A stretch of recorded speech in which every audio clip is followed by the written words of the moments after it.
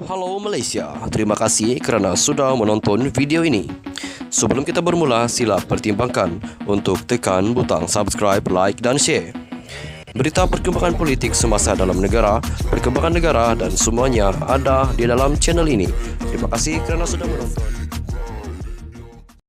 Hai halo Malaysia, selamat malam tuan-tuan dan puan-puan. Terima kasih kerana masih terus setia berada di dalam channel Elvino ISTV. Bagi anda yang baru pertama kali hadir di dalam channel ini, jangan lupa untuk tekan butang subscribe, kerana subscribe itu percuma. Baiklah tuan-tuan dan puan-puan, malam ini admin ingin mengkongsikan satu berita yang dipetik daripada utusan.com. ROS lulus jawatan Presiden, Timbalan Presiden UMNO tidak dipertandingkan. Kementerian Dalam Negeri menerusi Jabatan Pendaftaran Pertubuhan ROS telah memberi kelulusan terhadap usul tambahan supaya jawatan Presiden dan Timbalan Presiden UMNO tidak dipertandingkan seperti diluluskan Perhimpunan Agung UMNO PAU 2022. Mengesahkan perkara itu, Presiden UMNO Datuk Seri Dr. Ahmad Zahid Hamidi berkata surat pengesahan daripada KDN berhubung kelulusan tersebut telah diterima parti berkenaan semalam. Menurut beliau, surat itu antara lain berkaitan pengecualian daripada pematuhan kepada Seksyen 13-1-C-4, Seksyen 70, Akta Pertubuhan 1966, Akta 832, yang membolehkan jawatan Presiden dan Timbalan Presiden UMNO tidak dipertandingkan pada pemilihan parti itu akan datang. Surat KDN ini juga memberi pengesahan bahawa apabila ROS melakukan siasatan, maka keputusan PAU 2022 itu mengikut Akta Pertubuhan dan berkuat kuasa sepenuhnya serta memberi keabsahan yang mana jawatan Presiden dan Timbalan Presiden UMNO itu tidak dipertandingkan, katanya. Beliau berkata demikian dalam sidang akbar selepas Majlis Pengenalan Calon UMNO Pulau Pinang sempena pemilihan UMNO di sini. Usul tambahan supaya jawatan Presiden dan Timbalan Presiden tidak dipertandingkan dalam pemilihan UMNO akan datang dicadangkan perwakilan dari Negeri Sembilan, Muhammad Syukri Samsudin. Sebelum ini, usul tambahan supaya jawatan Presiden dan Timbalan Presiden tidak dipertandingkan dalam pemilihan UMNO akan datang dicadangkan perwakilan Negeri Sembilan, Muhammad Syukri Samsudin. Bagaimanapun, dua ahli UMNO iaitu Muhammad Aizat Fikri Muhammad Nasir, UMNO bahagian Kuala Nerus, dan Muhammad Fikri Firdaus Muhammad Rom, UMNO bahagian Seremban, menghantar aduan kepada ROS pada 20 Januari lalu supaya semakan dibuat terhadap usul tambahan berkenaan. Pemilihan UMNO perlu dilaksanakan sebelum 19 Mei tahun ini, iaitu 6 bulan selepas tarikh pilihan raya umum ke-15 PRU15. Dalam pada itu, Ahmad Zahid berkata, keputusan KDN itu juga memandangkan semua peraturan mesyuarat dan klausa di dalam perlembagaan berhubung. Usul tambahan itu telah diikuti oleh pengurusi tetap.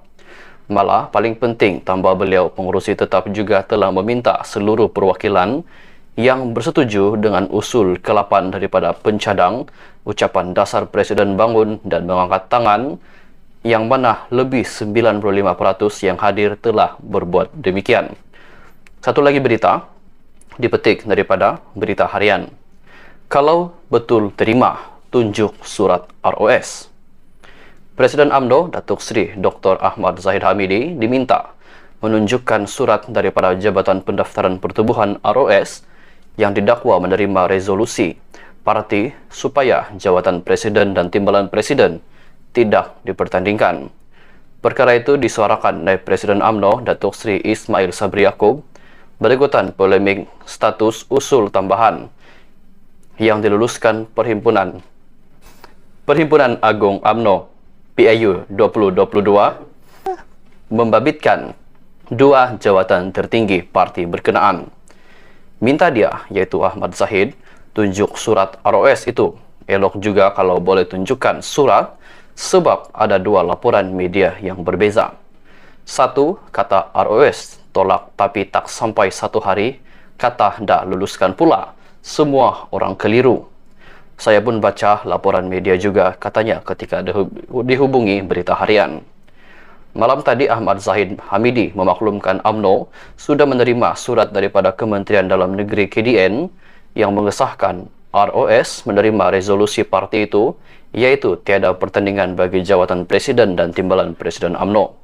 Presiden UMNO itu dilaporkan berkata, ROS meluluskan usul PAU 2022 supaya dua jawatan tertinggi parti itu tidak dipertandingkan pada pemilihan tahun ini.